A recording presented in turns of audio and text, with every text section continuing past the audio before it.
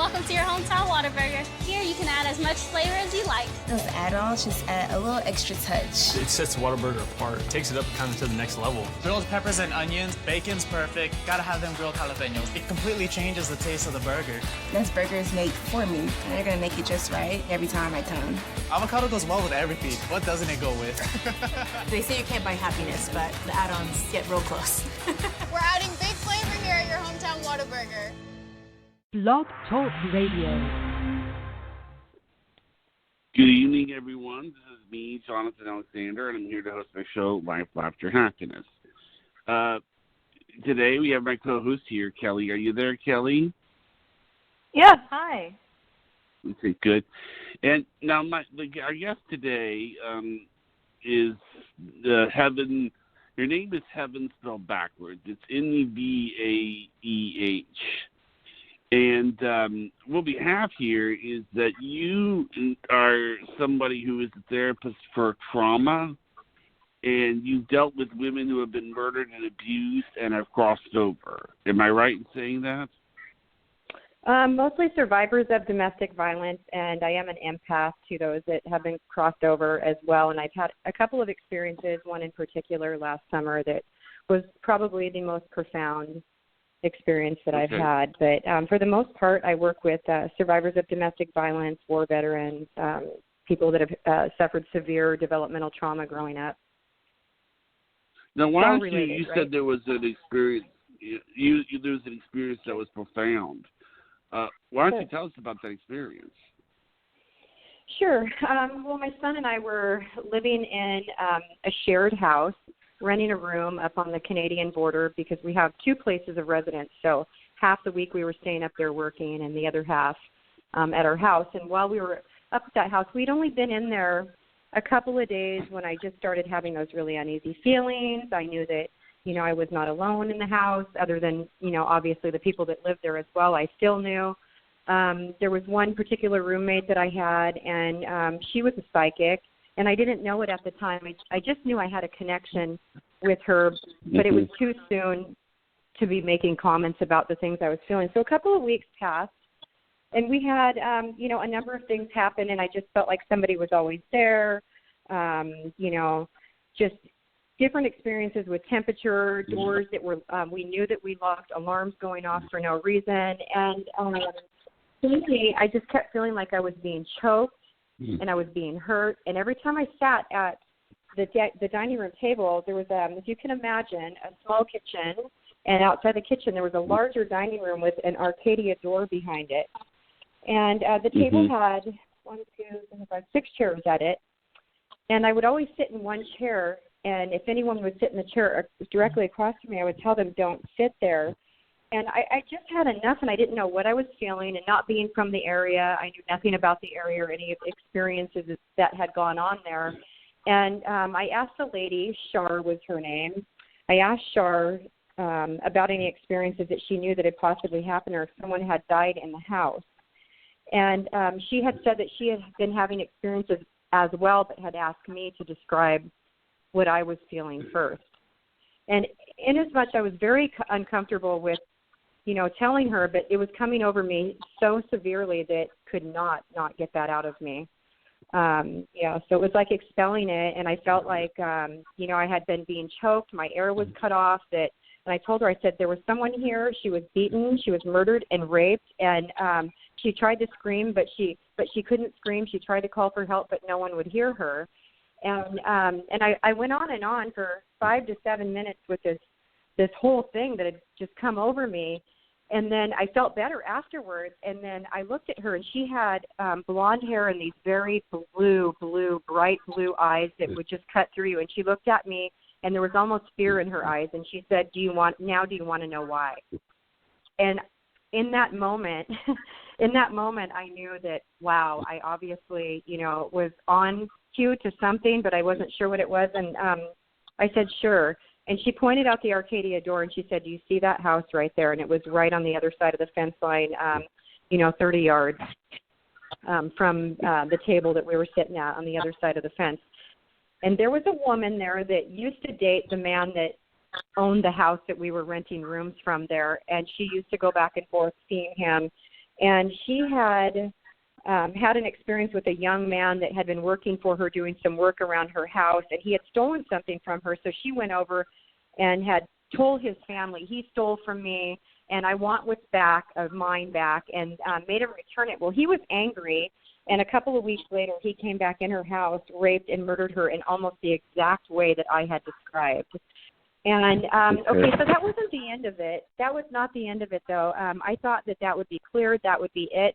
And then she said, I think what happened, Nevaeh, is she came here. She wanted to come here. She was trying to get here, and so she came here for help. And by the time she came here for help, she was already dead and didn't know she was dead yet. And so she's stuck here because everyone feels her here. And so I began, becoming a little bit strange. I had to move out of the house because of it. It had become a little bit strange. I was telling people, don't sit in the chair, don't talk about her like it. Her name is Kelly. And, it got ridiculous to where my son and I had to move out. I didn't feel comfortable with it. And at one point, she told me she had been smelling smoke and all this other stuff. And she was sitting in a chair in the living room talking to me about it and talking about a cologne and a smoke. And then she coughed, and I swear to you, smoke came out of her nose, and I'd never seen anything like it in my life. And everybody in the house viewed it. We're like, oh, my God. And she said, I wonder if it's the vitamins that I'm taking. And I'm like, vitamins? I've never seen vitamins make someone's nose smoke when we're talking about smelling smoke from the paranormal. So that was by far the most profound experience that I have ever had. And I did have to move because, and I don't feel she followed me or anything. I feel she stayed in that house, but it was almost disturbing to my spirit. And it just felt like there was so much she wanted me to do, so much work, and I could only do so much work with her. And I didn't want her to get stuck there, and I felt once my work was done, I needed to move on so she could move on as well. Now, I was going to say something. I always sort of, Kelly, and I tried to look out for Kelly and everything, the co-host. Sure. And one of the things that I'm going to say about her, and we talked about this, so it's okay for me to say it, is she does tend to bottle things up. You can never tell if Kelly's upset. You can never tell if Kelly's really excited or anything. And you mentioned that you know about psychosomatic things that can make someone sick for some odd reason. Okay? Kelly, you've had, if you wanted to, I'm not saying that what you're going through is not real, Kelly. I hope you understand that. Yeah. Yeah, it's and just, it can be nerves. I'm trying to think of cause. It's just that she's had some things in the past, and I'm wondering, if you might want to talk about it, Kelly. Maybe she could get some. Maybe Nevaeh could get some ideas of if these things are just a psychosomatic reason for it. Well, I personally don't think psychosomatic is like the definition of something, because that sounds like it's your mind manifesting something and it I can don't want result to in think illness. that. I didn't mean to make you think that, Kelly. I'm not trying to make you think that, but you have. I'm not trying to make you think that. I believe in 50-50. I just wanted to hope you understand that. It's just. I hope it isn't No, it can be like past traumas activating your genes a certain way, things like that, and that's totally separate to me than psychosomatic. But anyway, to get past that part, I've had a lot of traumas in my life. I have had sexual assaults. I was married to a man in 2000 until 2002, and I've been told that it was like, when I describe it, it was like the movie Sleeping with the Enemy. And when I told him I was going to leave, then he tried to kill me, and he threatened me when he found out that I lived, that, he would come hunt me down and find me and kill me, and how he would do it after he killed everything and everybody that I cared about first. So, things like that, and the fear of getting pregnant, because, he said if I ever got pregnant that, he would beat the baby out of me or use a coat hanger or a vacuum, things like that, So when I miscarried last year, and that was the first time I'd ever been pregnant, it was, with a man that I love very much and I feel safe with, but I couldn't help but have that trauma come back of, oh God, I'm pregnant. It's unresolved. Oh God. So, sure. Is there like any, and I've been, experiencing some as yet unexplained things like hives and things like that. Shingles has been recurring since high school. Is there anything that you see that might be able to, break free from it and move forward better? Sure. First of all, I just want to say thank you for sharing all of that. That's really brave. And there are a lot of people that cannot vocalize and give dialogue back and forth. So thank you. And I want to validate what you went through. And being a survivor of domestic violence myself, I do understand, I do care, and I understand what you went through. I'm also a survivor of sexual assault. So I get it. And, I also don't like the word psychosomatic either. They're unresolved issues, unresolved traumas. And, there's not, in my opinion, working with someone one-on-one, there's not a magic button. It's different for every client. Where you hold things is differently, everybody's body is unique. No one's body is the same. There's no specific protocol for working on sexual assault survivors or survivors of domestic violence or someone who's been through, complex post-traumatic, stress like you have been through. But it can be worked on, and you can titrate the trauma. And as far as seeing anything, in that way, speaking of that, I don't consider myself to be a psychic or seeing anything from anyone. When I talk about seeing and feeling things, I can't choose what I see or feel or who I see or feel them with. But what I can tell you is that, being intuitive when somebody's in a chair in front of me or on the table and I am in rapport with them and I have established a relationship and, I require a safe space that, we design together because safe space with survivors of trauma is the number one first thing that I work with. And Kelly, I have no problem also, doing some one-on-one phone things with you to help show you how to get to that safe space and you can bring yourself back there. Because the idea is with people, I don't want people to come to me over and over for years. This is not psychotherapy. For me, I want to empower you. Sometimes we lose our GPS and our roadmap. And we just really need someone to give us a nudge and remind us everything we need to heal ourselves is right inside of us. We just forget how to access it sometimes.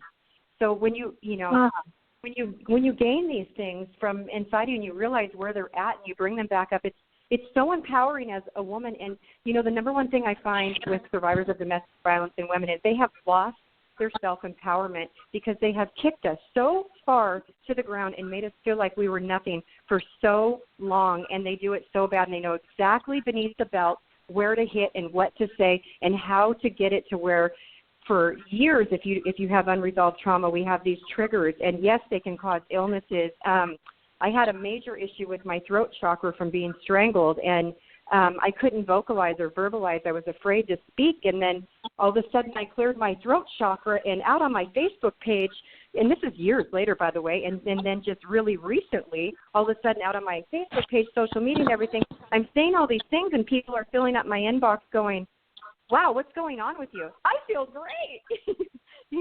I cleared things, but every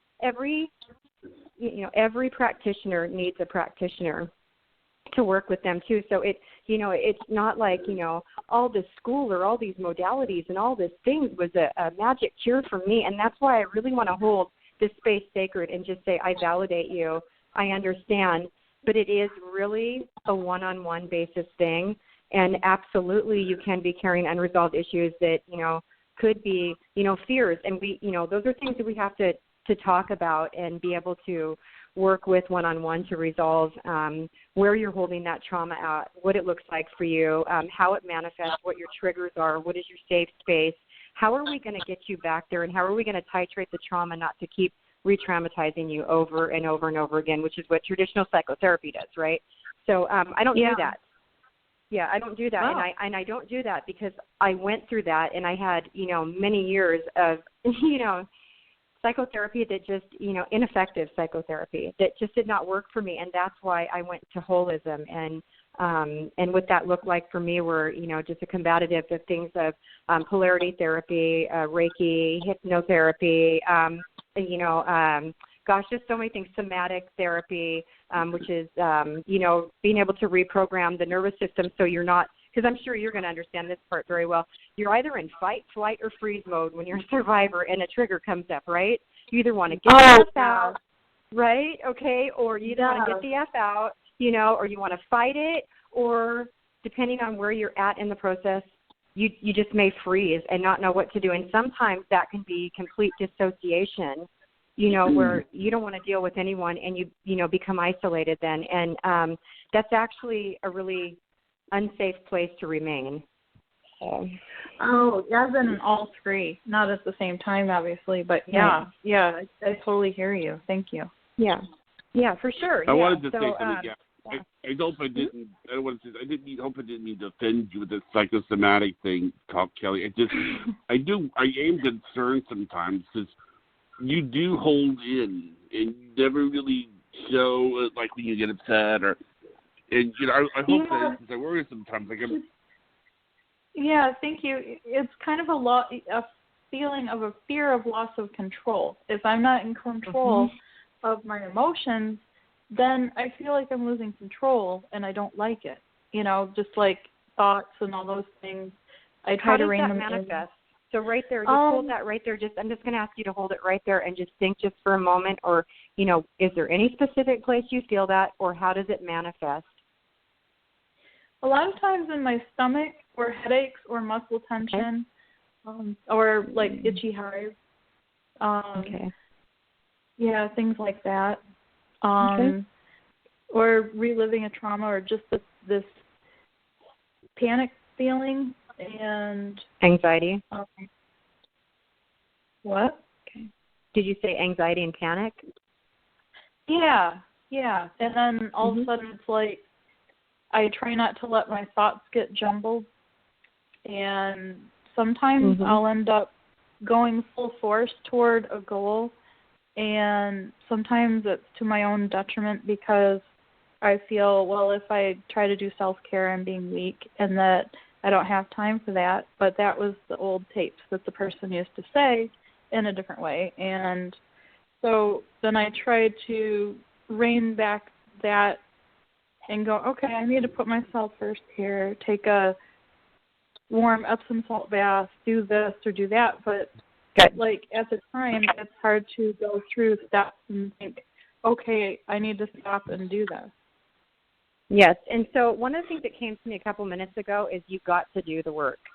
And so whatever that looks like or means to you, and I also want to validate and let you know that many of the things that you're experiencing in the stomach, reliving trauma, having jumbled thoughts, anxiety and panic attacks, those are all very common things for survivors of sexual assault and domestic violence. So you are not alone. And while, since we're on the air, I want to make sure that there is one thing I want to put out there. There's a really great website, and it's not just for shelter, but I have to say this because it's just the thing to do. It's domesticshelters.org, domesticshelters.org. Anywhere in the United States or Canada, you can get on there, and there's an application that you can download on your cell phone. And the greatest thing is it walks you through not only a passcode to get into the app, but what the app can either look like is like a calculator or a weather app. And so when your abuser picks up your phone and looks and starts going through that, it's just a weather app or it's just a calculator app. So there is no red flag. Chances are they're not going to click on it. If they do, there's a 4-digit passcode they're not going to get by. You can go on there and access articles about any topic that has to do with domestic violence, with sexual assault.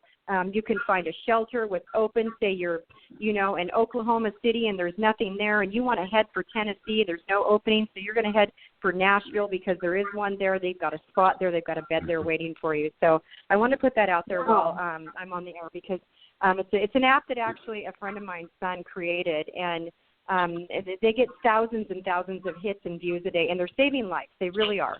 And so it's just really important that everyone knows that. Yeah. That's perfect because, I mean, like you said, if you're with somebody that's abusive, they're going to go through your personal stuff. And, you know, they're going to isolate. Like when I was there with my ex-husband, he isolated me from my friends and family, and he would show up after work to make sure I wasn't talking to anyone. And, you know, so when you're that cut off from anything and anybody, a resource like that is super. I wish they had it back then, but, you know, that's great they have it now. The technology is so much better.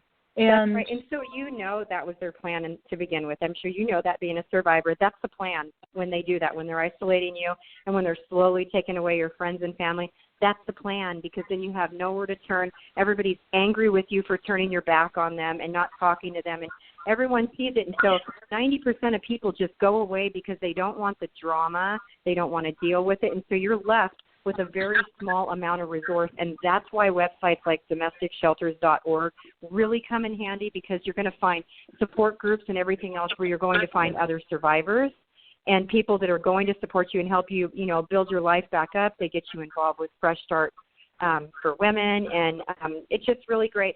Kelly, can I pull a card for you, an animal spirit card? Would that be okay? yeah, I'd love that. Thank you. Right. Fantastic. I'm going to go ahead and shuffle here. So. And another thing that's really cool about that app is you never know when you might end up in a situation. I mean, you can be any walk of life, any kind, you know, level of education, or you know, or not. It can happen anytime to anyone. Okay, so your card is Butterfly, and it's for rebirth.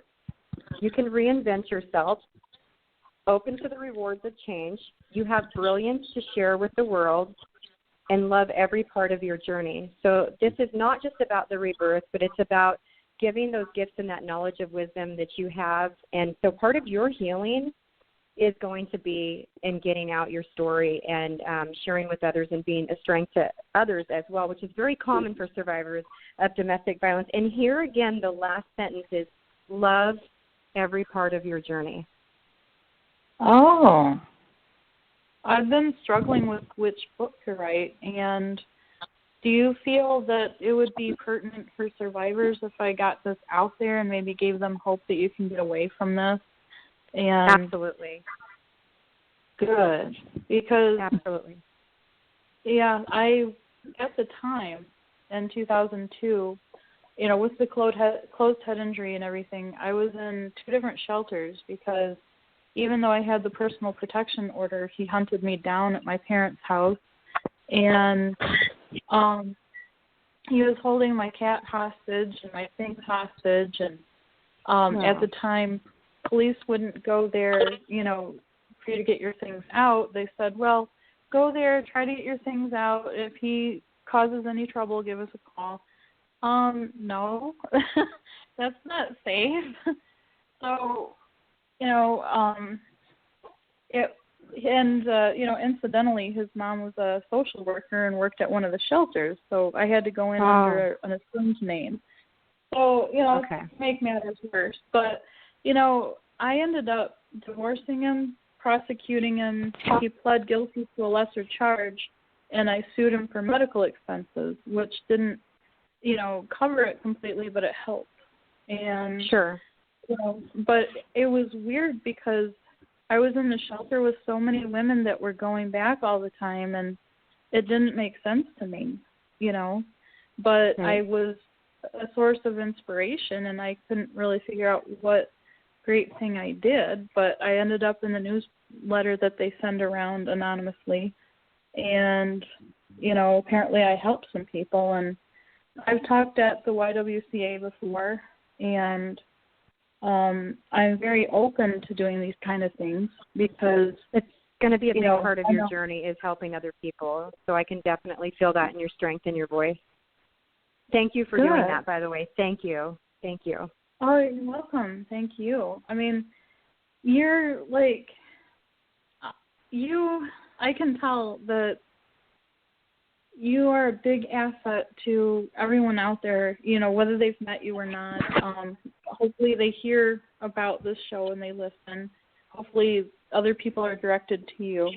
But I can definitely tell that you are a big source of healing, and I firmly believe that those of us who have gone through it are a lot more suited to be able to help others instead of just reading it from a textbook or having someone tell you what it's like, you know? We feel it. It's our passion. It's something we've been through. We're passionate about it, and we have some knowledge, some personal experience, and then, then we start doing the research on top of that when we start putting the education and the research and the case studies and the different healing modalities and the different types of things, it can become really powerful to help others out there. There's something else that I want to talk about. I don't want to forget. There is a program that you can get involved with in any state, and it's called the Address Confidentiality Program, and it's through the Secretary of State of whatever state you live in, California, Nevada, Arizona, Washington, wherever you are, you can go into an Address Confidentiality Program through the Secretary of State. And how you apply for that is by going into your local domestic violence shelter or just a domestic violence organization that helps out advocates, whatever. And you can find access to that information on the domesticshelters.org as well, and get a number, and they'll help you to apply right in their office. An advocate will sit down with you, and what that's going to look like is you're going to get back in about 2 to 4 weeks a plastic card that's laminated, and on that plastic card it's going to say your name, that you're with, whatever state of Washington, Address Confidentiality Program. And then on the back, there's a special address. And that's the address that you're going to give to anyone that you need to have mail sent to. And Address Confidentiality, all your mail is going to go to them, and they're going to forward it to you in little envelopes. And now, let me tell you something. Even a law enforcement officer, and this is really important to know, even a law enforcement officer cannot ask you what your real address is. You tell them I am, an address confidentiality. That is not a matter of public record, because some people actually have perpetrators that are law enforcement officers. Unfortunately, we would hope that doesn't happen, but statistically we know that there is the occasional time that this does happen, and, they get access to things they shouldn't have access to, and they use abuse of power to get through to the victims to find them and harm them. And so address confidentiality, it will protect you, and you can always ask for a supervisor. And one more thing, there is legal name changes. You can go out, you can apply for a legal name change. You can have it sealed down to the docket. And what that means is even if somebody goes to that local courthouse and says, did John Moore file for, anything in this courthouse for a name change, they'll say, we don't even see that he was ever in here, meaning that it was sealed down to the docket showing there wasn't even a court date. So you can ask for that. These are all things people don't know. They don't tell you these things, but the resource is out there. And thank God for people that told me, because, I wouldn't have known. I wouldn't have known what to do or how to save my children, how to save myself. There's legal advocates out there. There's legal aid as well, but I don't recommend them before seeing a legal advocate as well. Permanent orders of protection with no expiry date. I have one, and so they don't give them often, but this is why documentation is so, I can't say it so enough times. Documentation is so important, in as much of a chronological order as you can get when you're going through domestic violence, especially if you have children involved in it, because family court frowns upon children being separated from one parent, even if they're unhealthy and they're harming the child. And the other thing is, when something happens with a child especially, you have to, first responders have a huge job, and they don't always know they have such a huge job. Their job is so important. First responders' job is to document everything so carefully, and if they don't, then you go back to Joe Blow, the next day's boss, and you say, I need this police, fire, medical, worker that was at my home last night carting off my child at 2:36 a.m. to document better. I need a synopsis of everything written down, and especially the police, because if they do not do that, family court has nothing to go by. Child Protective Services, and don't get me started on them, Child Protective Services has nothing to go on. Therefore, family court has nothing. And then the offending parent won't lose rights or won't have supervised visits, and your child's back in the same situation. So all these things are really important as well, while we're talking about domestic violence, to get out there. And it's just really good, solid information that I have personal experience with. I'm not going to get into details I have unless a it's question. I have one-on-one. a question. Sure, go I have ahead. a question. I would think though that probably the worst abuse case I think to get would be with somebody who's a lawyer, because a lawyer is going to know all the laws. Like, I mean, what do you do if, like, say, I'm not necessarily putting down lawyers or making a lawyer joke, but you understand that a lawyer is going to know the ins and outs of the law. What would you say The if judge somebody is looking was down at his fraternity. Okay, go ahead. Sure. What was that? What would you say if the abusive person was a lawyer? That's called a conflict of interest, and the problem with that is, especially being in the county that they're in, I mean, there's such a huge conflict of interest there, and that can be a problem from the Supreme Court in that state being corrupt all the way straight down to, well, you know that a judge is nothing but a lawyer in a robe that sits up there. They're all a part of each other's fraternity. No. Okay, no. so, I don't think you understand. No, I'm saying maybe a woman being married to a guy that's abusing her that's a lawyer.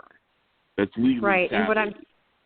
and what I'm saying is that would be extremely hard, because then you're in a county. You almost have to leave the county, and if you're with the children, sometimes it's impossible to. He knows a lot about the law, right? So at that point, that's something that not only you're going to need another attorney, but you're going to need that attorney. You need to do your research on that attorney, and if you feel your civil rights are being infringed upon, then you need to also, in addition, get a civil rights attorney as well. This is a really unfortunate situation. I had something like this happen in the state of Arizona, and it's just terrible, because in the end it turned out okay, but 5 years worth of trauma that you can't reverse with children, right? And 5 years worth of trauma, it takes forever to reverse this. It's like it can take 10 years to reverse 5 years worth of damage done. So that's a really sticky situation, and not only would I say get an attorney, but to investigate that attorney, to make sure that attorney's got no affiliation with the other one, that whatever judges that lawyer has affiliation with, to not have any affiliation, and to say, call a conflict of interest is exactly how it is. This is a conflict of interest. This is a conflict of interest, and you have your facts straight. The thing is, documentation and facts, and that is why. And if you feel you're being infringed upon, you call. You can always, get information from the American Civil Liberties Union. You can go out there and get a civil rights attorney, sit down on a free consultation, and say, hey, look, this is what I have, and that's what they're there for, really. Okay, is to make sure that your rights are intact, and that even though, and it's just a really hard time to be living in, because a lot of people do believe a lot of our rights are being infringed upon right now, but even though we live in those things, if you use resource, and if you are diligent, and you just use perseverance, and be mindful and direct, and the biggest thing when you're dealing with court is you can't go out there making yourself look crazy, and it's really hard when your kids are involved, right, and your kids being abused. It's really, really hard to hold your stuff together when you're out there, but you have to. Like, lose your stuff at home, but you can't lose it in front of those people. You can't.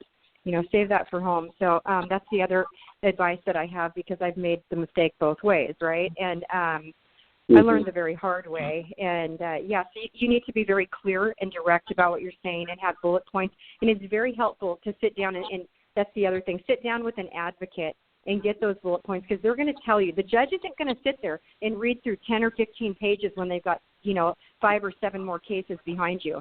They're not going to. They're going to read through the first 2. So, that's why I say bullet points. Keep it short and sweet. And if the judge says, hey, on Exhibit B, page 2, 2.3, you noted this. Can you go into more detail? If they need more detail, they're going to ask you. But you can't, the stories, just, hey, Joe Blow broke his arm on this date and this time. Here's the file or police record number on that. And then they can go into more detail with you. But a lot of people make the mistake of going on and on and on. And that's not the judge's job, to sit there and read through 20 pages of on and on and on, nor do they have the time, nor are they going to do it, probably. So, yeah, my advice would be to keep it short and let them ask you the questions when they're prepared to. Oh, very now, good. Thank you. I've been making notes. Yeah. I know you have. Yeah, I can see them right now because I sent them to him. But these things that I had no idea about was all of this. And the address confidentiality program, I think, is terrific. I am glad that I learned about this because I was having mail sent from his lawyer to my house, and I'm like, I don't want him knowing where I live. Exactly. And then, exactly. Yeah, That's the reason why. apparently, didn't you say that you were having I think is that a church thing? Is a church thing that you're talking about, Kelly? Well, yeah, that plus any lawyer documentation, like years afterward, like he was selling his house, and way back then I'd already signed off on any equity other than the equity earned up to that point was divided in half since we were both on it, but from that point forth, I'd signed off on it because it wouldn't be mine anymore, and I'd signed a bunch of papers so that it would just be his house. Well, then I get something in the mail like 3 years ago asking me to sign off again, and I'm like, oh, God, they found me. And then I go on People Finder, and I'm like, I'm listed as his closest relative with his new wife and his mom and dad and sister, and my address is out there for God and everybody to see, but yet I go to look up, like, marriage and divorce records for him.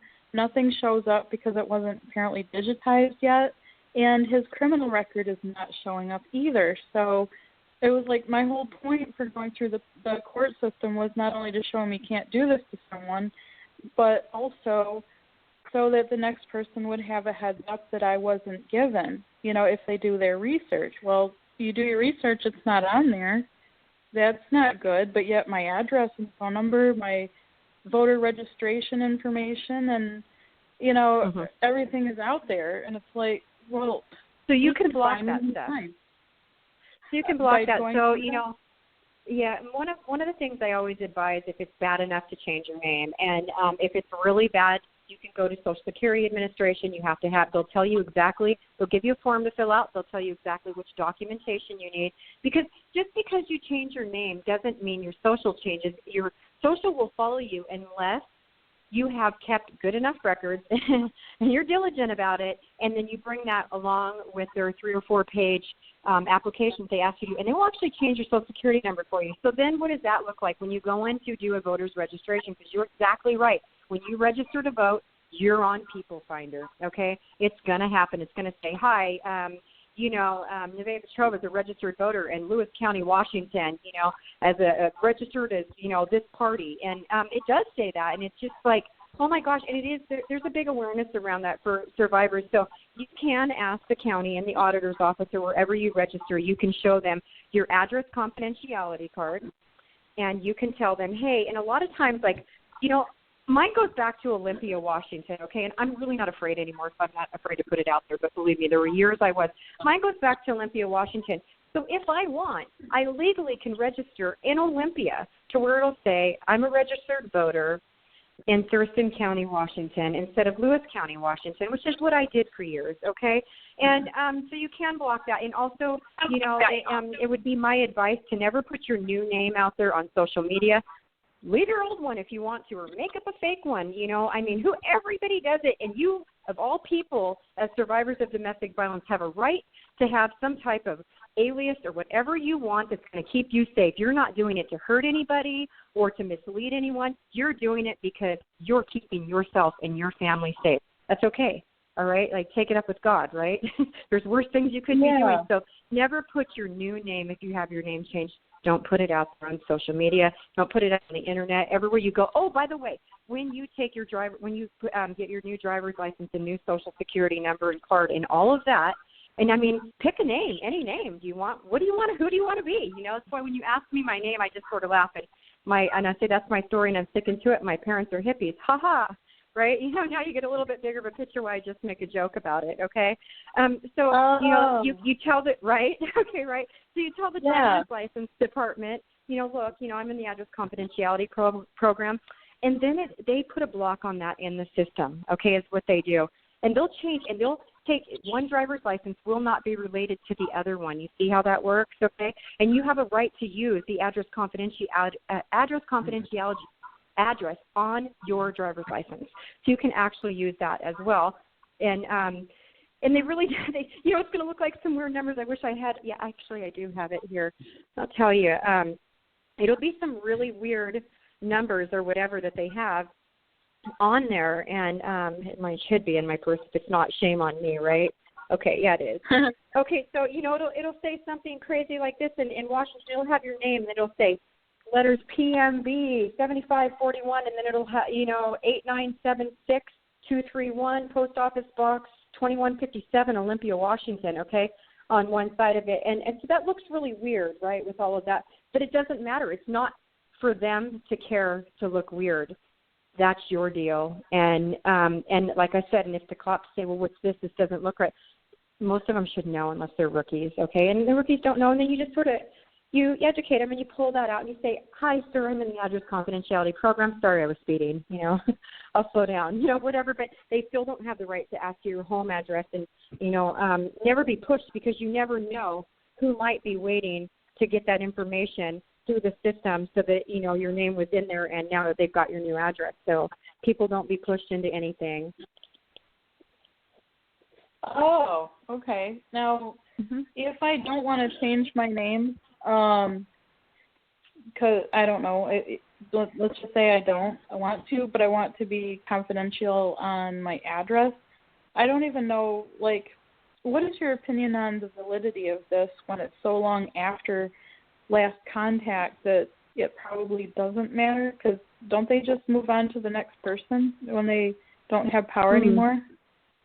And so just to give you a scenario, and I know scenarios can be bad, they can be our own worst enemy, but here comes from a sufferer of PTSD. What if he leaves this person that was less important to him than you, or this person leaves him, and all of a sudden he starts thinking about you again? You don't know what these people are going to think. You don't know where their mind's going to be in 5 to 7 years. So, and I also had a similar situation happen, because when he had an issue with his wife, and they had their downfall, he then started to try to come into my life again in between his two relationships, and thank God he moved on again. But then you just feel bad for the next person, and so on and so forth, that they're with. But they do come back, and I did have it, and it actually happened where he actually contacted me, and he's got 3 open warrants out for this, and he actually contacted me the day after my son turned 18, when there was actually, he had lost all his rights except for phone calls, okay? And the day after my son turned 18, he contacted me on social media, and he left me a message, and it just went in my filtered messages. And his ex-wife said to me, she said, I wouldn't call the cops. I wouldn't do anything. Let him know you are so over it, because you are, you're so strong and you're so over it. Just let it go. And I did, and it went away. I didn't give it any energy. For me, that was different, and I knew that, hey, he's got 3 open warrants out here. The chances of him coming here when there's all these other states, right? I want to bring something up. Because this is something that I saw, and in my opinion, this is what I told Kelly. I know Kelly, you may not know what I'm going to ask, but this is about seeing your ex on social media. See, we saw him on social media, and he looked all happy and everything. He was like, dogs and everything. And I told Kelly, I said, I'm going to bet that most of those people, 99% of us, we don't tell the full story on social media. There's a lot that probably he's not revealing. It seems kind of odd that he doesn't have any kids, and all he has is dogs. And if he really, and also he was going on and on about how he's a big fan of Mr. Rogers over and over again. I mean, come on. I mean, it was just that I think that it's obvious that this guy was hiding something. I would say really don't give it any energy.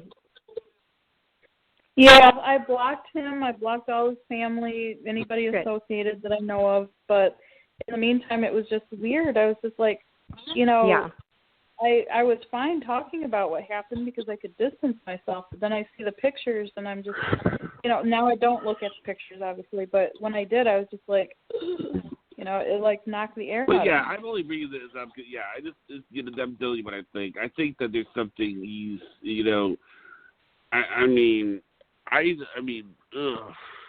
every time I hear about your ex, I get madder and madder.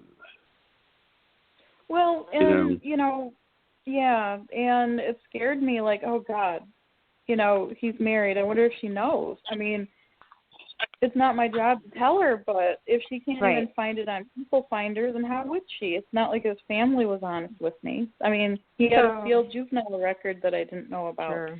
And then they have pets. Oh, great. Now is he going to try to kill that too? I mean, so you need to be worried about yourself, first of all. Attention goes where energy flows. So, John Lennon said it best, let it be. And I mean, let it be, but protect yourself in every way that you absolutely can. Protect yourself in every way you absolutely can. And you cannot save the world. And by, putting any attention or trying to warn anybody or do this or that, she probably already knows by now. Okay. And if she doesn't, she will, because these people don't stop what they're doing. They just move on to the next person, as you know very well. And eventually, they take the mask off and there's the real person, and they're going to reveal that. And maybe at that point, then, you just hold space. And that and believe me, it happened to me. And the last thing in the world I ever expected was to get contacted by his wife, who I thought hated me, to tell me, that this was a situation, this is what she had been through, and that she was getting stronger and that she just wanted to make peace with me and my kids. And it was beautiful. It was wonderful. There was forgiveness. There was love. There was prayer. And it was all good and it felt good. But she needed some kind of validation or she wouldn't have said anything to me. And I held that space for her and I validated that. So just be open to being there and holding that space and validating it when it does happen, because it probably will. And hopefully nothing bad happens. But, he's already got a record. The police know this. Everyone knows it. Don't you put yourself in another position from him. Okay, so yeah, I think when I write the book, I'm going to definitely change my name. I don't want to, because I know that they're avid book readers, and I don't want them seeing me at Barnes & Noble going, oh, yeah, well, now she's saying something. You can have a writer's name too, right? You can have a writer's name and, not to name anybody's real name and stuff. Don't get sued, right? I mean, all the important things. Yeah. Right? Put your story out there. You'd be very surprised. Stephen King wrote a lot of books under an alias. It was very, he didn't always use his name. Michael Crichton, he didn't always use his real name. He used to write under Michael Douglas. Michael Douglas, wow. Yeah, I didn't know that. Oh, what was the other thing? Oh, the thing that also upset me was I belonged to a church about 4 years ago, and this is like 12 years after my divorce. So I had already taken back my maiden name. They have no association except this happens to be a church that's big into genealogy. It has a huge database. So, they found out who I was married to and all that. And I said, I don't want to be associated with this person. He tried to kill me. He was prosecuted, blah, blah, blah, blah, blah. And they said, well, what about if he has children with someone else and they want to contact you? And I said, I don't want to be contacted. I'm not even going to be related to these kids. Why would I want to be So I walked away from that contact? same church for the same reasons that you're talking about. So I already know who you're talking about, and I walked away from that church for the exact same reason. And I went through that. And the reason that they do genealogy and databases without naming names of churches, the reason they do that is because they baptize their dead and they have temple cards and they do sealings and this and that. So I had to make peace with that. And, what I know at the end of the day is God knows that God doesn't want me to be in an unsafe position. So, I was damned if I stayed and damned if I divorced him, right? I couldn't go into the temple if I divorced him because I was an unmarried woman, I mean, it was ridiculous. But if I stayed, I was harming my children according to society. But you know what? 2 middle fingers up in the air, walk straight forward, shake your rear end, and flip your hair with a smile on your face and put one foot in front of the other. Know that there is a world full of people supporting you and that want the best thing for you. And your relationship with God is going to be just fine. But, yeah, I wouldn't recommend anybody that's a survivor of domestic violence put their name in any database or genealogy, unless you're going to change your name and your social completely. And you can do that. And if the church isn't compliant about it, you can always call Salt Lake City, which I've said enough already on that. But you can call Salt Lake City and have your baptismal records and everything sealed. You can do that. So there are ways around that as well. Absolutely, yeah. So I think we're on the same page as who we're talking about. So you can try that. I think so. Okay. I thought about writing them. And, I thought about writing them and saying, look, if you're going to continue sending me stuff in both our names, and it's not even the name that I'm using, I haven't used for 12 years, and you're connecting us, I'm going to seek legal action. Right. And every time I see this, it's traumatic to me, and I don't want to be tied to this name, and I don't want him to find me or any of his family. Find your ward, sit down and make an appointment with your bishop, get the phone number, the proper phone number of who he believes that you should talk to in Salt Lake City, and you call, let him call whatever he's got to do, and you tell him, look, hey, this is a big reason that even being a member of this church, I don't want to come back. I have fear of this, and you guys really need to make this right for me and my children. And if you're not sure whether or not you should make it right, I just really invite you to pray about this for the next couple of days and get back to me. Here's my phone number. Have a good evening. Sleep well. That kind of thing. So, yeah, I mean, they don't want a bad name either, right? They don't want that out in the community. They don't want you going to the Daily Chronicle and writing an article about how their ward refused to comply and put a survivor of domestic violence and her children in jeopardy, right? They don't want to do that. Yeah. They really don't. So good, they will good, comply, yeah. for sure. Good. Thank you. I was like, gosh, what do I do with this? I mean, I don't want to have this, right. Hit me in the butt, No, you don't. And those are all really valid things you think of. See, the thing is that you already know all this stuff. You already know the things that can get you found, the things that can get you hurt. You already know them. You have came up with all these things on your own tonight, and all I've done is just give you a little resource on how to, resolve them and the things you can do. But you already know all this stuff. See, it's inside of you. You know how to deal with this. You're rocking this, and you're learning how to give these gifts and these ideas and this wisdom to other people. And so now I always tell myself when I don't say these things, oh, my God, I'm so selfish. I can't have these gifts and not give them to people. I can't have this wisdom and not put it out there. That is the most selfish thing I can ever do. Not to put pressure on you or anything, Kelly, but, you have wisdom. Give it. Be that light for someone else. Just pass that torch on and, help as many people, men, women, children, as you can that are survivors and, help them to get themselves into a better, safer place. You have it in you, and part of your healing, a big part of your healing and your journey, like that last statement said, love every part of your journey. Your big part is you have the brilliance to share it with the world. Wow, thank you. That you have definitely rocked my world tonight, and I appreciate it. Awesome. Well, you have absolutely opened up my heart again, so thank you for that. Oh, you're welcome. I think I'd like this. Now, Nevaeh, maybe you should, I have a question. I mean, you, not to get off this topic, which is important, but I was just wanting to ask you, I mean, do you said that how many times have you been on a radio show? I'm asking because it sounds like you've been on a lot. Well, it's really funny you said that because on the way home, this week has been really busy and we talked and I haven't had a chance to get back to you. I keep seeing missed phone calls and I feel so bad and all this. And then I'm like, oh, my God, I've never done this before. Okay, and so here I am. I'm telling you, I have never done this before, so this is my first one. Wow. But I've talked to many people in group settings. I've done, small group communication from, college to support groups for domestic violence survivors. I ran a nonprofit organization for survivors of domestic violence in Phoenix for many years. It was called PEACE, Phoenix Education Awareness, Creating Empowerment.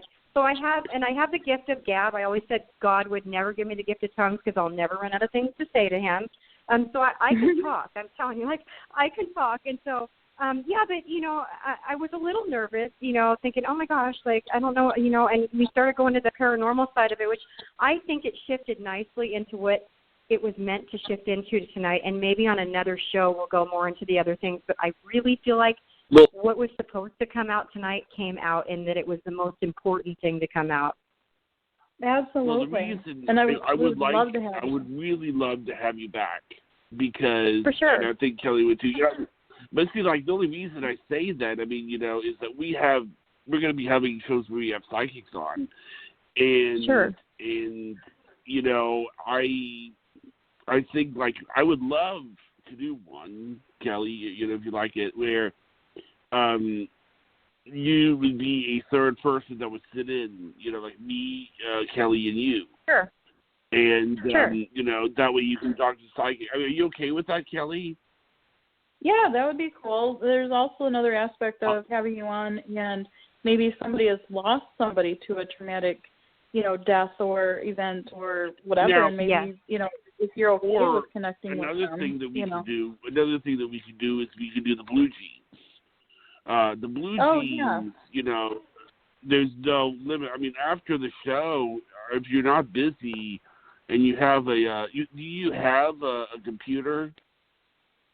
Yeah, a couple of them. We have a bit of an internet issue out here. I'm not going to lie. Like federally, you're supposed to get 15, and we have 0.21 for a speed. We wrote off to some federal organization. They sent us a letter back saying, "Oh, great, you won. Your complaint by sometime late spring, you're going to have internet." So until then, it's really sketchy. I love this. You know what I love about this woman is that she talks enough to be a lawyer. I mean, it's great, but you're not like a lawyer, you're not corrupt or anything, but you know as much. Oh, well, the federal law allows me to, and if you go before a judge, the judge will do this, but the judge is only going to care if you say, I like that. I'm very resilient. I would love it if leave you it could at that, be right? there as a. Well, I think that I would love for you to have you be. We're going to be. I'll send you some of the shows that we're on. We're going to be doing. Okay. And maybe you could sit in with Kelly on some of them. Me and Kelly on some of them. I think you'd love it. We have some mediums on. We have some. We actually had a lady on that's a time talk. We had one lady on that said that she has 24 alien hybrid children. Oh, okay. Yes, and that lady's coming on soon. We've had. I'll tell you about some of our shows, and but I gotta say I love what you did for Kelly because I haven't been able to introduce her to anybody that's been able to I've been able to verbally comfort Kelly, but you've been able to actually give her intellectually about what to do. And that's the legal advocacy portion of it is really important for people to know what is out there because the system doesn't want to go give away free things. They don't usually just advertise it. And then another aspect of that is they don't want to just put it out there so that the perpetrators can also see it. There needs to be some kind of privacy involved so that survivors, when they, that's the reason we go to see advocates so the advocates can tell us. But sometimes even they may be a new advocate and they don't know. So it's really all really important. Hey, are both of you two in Florida, by the way? He is. I'm in I Florida. visit on spring break. And you're what, Kelly? I'm sorry. I am visiting on spring break. Oh, okay, yeah. Because I was going to say one of the shows maybe it would be neat, and maybe we could all get together. I do come to Florida once a year. By the way, my son just likes to get in the car and, believe it or not, yes, the car, and drive all the way from the Canadian border in British Columbia straight down to the Florida Keys. So we do that once a year for. Yeah. So maybe we can all get together and do a show in person as well. That might be an even more effective way to do things. That would be great. I'm from Michigan, so yeah. Perfect. Where are you from, nevaeh? Washington State, Western Washington, by Mount St. Helens. Wow, that's a long drive. That is a very long drive. It's actually kind of funny. Is that it's like. I tell you, that just reminds me of the National Lampoon's Vacation. I mean, seriously, they drive across country, they go over to Wally World, and the thing is that the thing that's so funny about that, they find out that the place is closed. They could have figured all that out with one phone call. Right. They could have called ahead, find out that the place was closed. That's all they had to do. But no, did they do that? No, they had to drive. It's one of those, is this the journey or the destination? Okay, so one more time. I'd like for you to sit in on one of our psychic shows. Oh, sure, for sure. I just want to put out there one more time, domesticshelters.org. There is plenty more information on there other than just shelters. I don't have a lot more time. I need to get back in with my son and my daughter's coming over and stuff too with my grandson. So I've got some things going on. What was the name of that address, please? You might want to say that as well. We address have confidentiality, and so it'll be the Secretary of State of whatever state you're in. So mine, for instance, is the Secretary of the State of Washington Address Confidentiality Program. So it would be the Secretary of State, California or, Michigan, Florida, Ohio, wherever you're at, Address Confidentiality Program. Also, legal name change can be done through any superior court. You do not want to go to district court to get your legal name change if you're looking for it to be sealed. They will start you out at the district court floor, and then as soon as you tell them it needs to be sealed, they'll keep bouncing you back and forth until they realize that only a superior court judge can seal a name change. So I mean, let them bounce you where they want because they'll just argue with you. Just comply and smile and wave and pay your $303 or whatever for your filing fee. And you can even get that waived if you have domestic violence behind that, by the way, too, that fee. And, you know, and they'll seal it for you, and it's usually done within a couple of weeks. But I will tell you one thing. It's next to impossible to get a minor child's name sealed, okay, because they don't like to do that until they're 18. I can't even say because I don't really have the answer and the science behind why, if they're doing it for the mother or the father or, you know, growing siblings, and they're, you know, given the reason why they won't, you know, I mean, I guess they're thinking they're trying to keep parent, even if he's just a really genuinely, she or he is just genuinely not a good person, you know, they still do not really like to do that. It's a very difficult thing to have done. Okay. Well, listen, you've been great. You've been great, Shelly. One question: should I post this information or not? Because you were afraid it might get into the wrong hands. Post it. I'm okay. I tell you what, I am more okay. And friend me on Facebook, and if you go through my page enough, you'll know why I'm more than okay now. I have 6 Dogo Argentinos, and I can defend myself pretty well now. Cameras at my driveway. I live in the middle of nowhere with gates and cameras. I am not worried. I'm one of those people, you drive up the driveway and go, should I go any further? So, yeah, no, I'm good, you know. It's funny. And I run 2 businesses out of here still, and, you know, like sometimes my customers, they call me, or, you know, from the fire hall down the street because they couldn't get service. Are you sure that's the right address? I'm like, yeah, just keep coming back. I know it's creepy, you know. Yeah, no, I'm good. Okay, good. Yeah. Thank you. Okay, well, thank you for coming on, ma'am, and thank you for helping out again. Thank you, Kelly. both of you. I appreciate both of you so much and look forward to working with you further in the future. Thank you. Thank you. Much appreciated.